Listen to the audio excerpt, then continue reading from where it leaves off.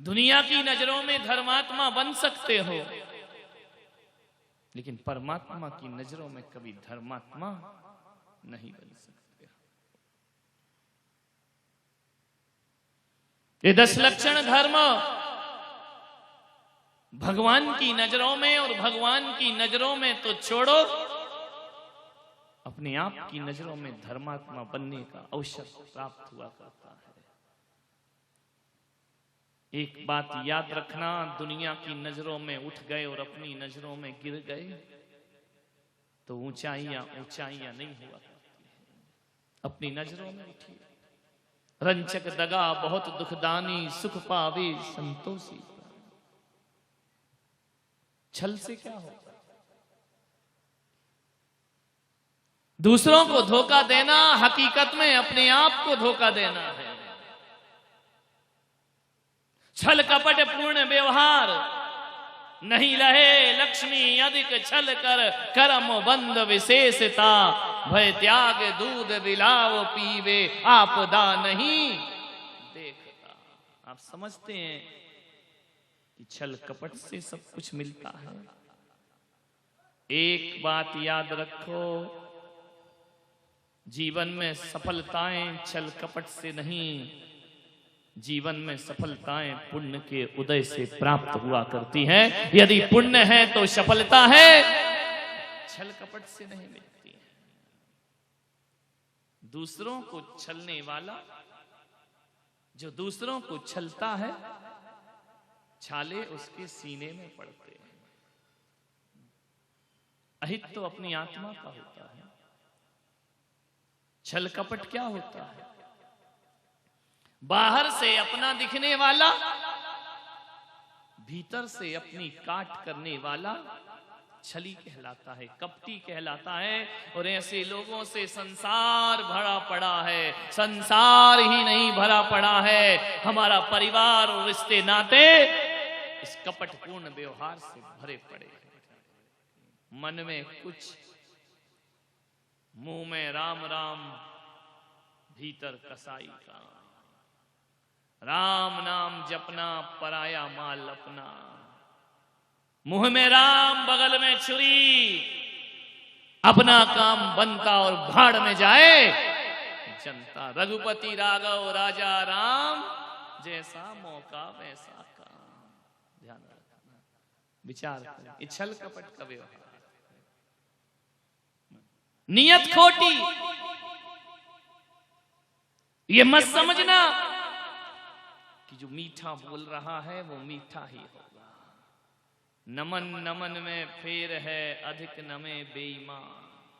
जो ज्यादा मेरे पास आते हैं ना, महाराज आप ही सब कुछ, आप ही ये, आप ही, सब नंबर 1 के बदमाश लोग, इनसे बच के रहना। खतरा उनसे नहीं जो दूर रहते हैं, खतरा उनसे जो निकट रहते हैं। ध्यान रखना। अपना बन के घर लूटते हैं। कमरे में भाषा कुछ होती है, कमरे से निकल के भाषा कुछ और हो जाती है। महाराज के सामने भाषा कुछ होती है, महाराज से दूर होकर भाषा कुछ और हो जाती है। यहां आते हैं तो लगता नहीं यही अपना पक्का चेला। ध्यान रखना, 25 साल हो गए मुझे, घास नहीं छील रहा हूं। लोग परिचय करके परिचय पाते हैं, लोग कुंडली देख के भाग्य देखते हैं, ये हमारे पंडित जी जैसे हैं। लेकिन मैं पुलक सागर कुंडली नहीं देखता, मैं चेहरा देखकर बता देता हूं तुम कितने गहरे पानी में हो। गुरु से शिष्य की कौन सी बात अनजानी है? गुरु से शिष्य की कौन सी बात अनजानी है? अरे सागर को मालूम है बूंद में कितना पानी है। ध्यान रखिए, कहां से सब जानते हैं। ध्यान रखना। नमन नमन में फेर, अधिक नमे बेईमान। दगाबाज दूना नमे, चीता तीर कमान। ध्यान रखिए, कभी देखना जो ज्यादा बटरिंग करते हैं, अरे महाराज आप ही हैं, बरसों से इंतजार, आप ही हमारे गुरु, टीवी पर देखा, ये देखा। सावधान, खतरनाक आदमी। ध्यान रखना। उत्तम आर्जव, मीठा बोल के गला काटते हैं। समझना, मैं तो सावधान रहता हूं, सावधान तो तुम्हें रहना है, ध्यान रखिए। मेरा क्या है, मैं आज हूं, दिवाली बाद चला जाऊंगा। दिवाला तो तुम्हारा निकलना है, रहना तो तुम्हें है, उठना बैठना तो तुम्हें है। मेरा क्या, मैं तो रमता जोगी बहता पानी। और क्या करोगे, 1-2 महीने और करो, उसके बाद तो हम अलग और तुम अलग। संभलिए जिंदगी, मीठे बोलने वालों से बचिए। नमन नमन में फेर है, अधिक नमे बेईमान। एक आया, बोले महाराज मुझे कुछ नहीं चाहिए आपसे। तो मैंने कहा मैं देख अब रहा हूं जो तू बोल रहा नहीं चाहिए, ध्यान रखना। इतने मीठा बोलते हैं, मुझे तो आपकी चरणों की धूल चाहिए, धूल चाहिए। एक बार एक आदमी, गर्मी थी, मेरी भैयावती कर रहा था, बहुत गर्मी बढ़ गई तो लौकी घिस रहा था पैरों में, वो आ गया। मैंने कहा ले मेरे चरणों की धूल। बोले इसका क्या करूंगा? मैंने कहा तू ही तो गाता ना, तेरे चरणों की धूल बाबा चंदन, ले जा चंदन गुलाल घर में रख ले। अरे बोले महाराज ये नहीं, एक तो और ऐसा भक्त है जो कहता है महाराज मैं तो आपके चरणों की धूल हूं। एक बार बोले, 2 बार बोले, 3 बार वही तो फिर शक होने लगता है। मैंने कहा हर जगह मेरे चरणों की धूल, मेरे चरणों की धूल। एक दिन मैंने कहा इसकी फाइल निपटा, 4 लोगों के बीच चरणों की धूल, चरणों की धूल, चरणों की धूल। मैंने कहा रिमांड पे लो इसको, 3rd डिग्री का दिया जाए इसको आज। मैंने कहा क्या बोल रहा है? बोले मैं आपके चरणों की धूल हूं। मैंने कहा मैं भी तुझे इसी लायक समझता हूं, मेरी नजरों में तेरी इससे ज्यादा कोई औकात नहीं है। अरे बोले महाराज आप कैसा बोलते हो? मैंने कहा तू बोल रहा है तो अच्छा लग रहा हो, मैंने हाँ कर दिया तो अब तुझे बुरा काहे का लग रहा है? मैंने कहा तेरी औकात भी धूल से ज्यादा नहीं है, मैंने इससे ज्यादा तुझे समझा ही नहीं है कभी। उस दिन के बाद बोलना बंद हो गया चरणों की धूल। ध्यान रखना, रंचक दगा बहुत दुखदानी। कभी किसी शेर को देखना, चीते को देखना, जब वह शिकार पर बैठता है तो दोनों पंजे आगे फैला लेता है, ऐसे बैठता है जैसे बड़ा भोला भाला तपश्चर्या कर रहा हो। लेकिन जैसे ही शिकार दिखता है सब पंजा फैलाना भूल जाता है, छलांग लगाता है वो गर्दन दबोच लिया। ये छल कपटपूर्ण व्यवहार। पूछा गया कि बताओ लंकेश तुम्हारी मृत्यु का क्षण है, जरा बताइए कौन जीता कौन हारा?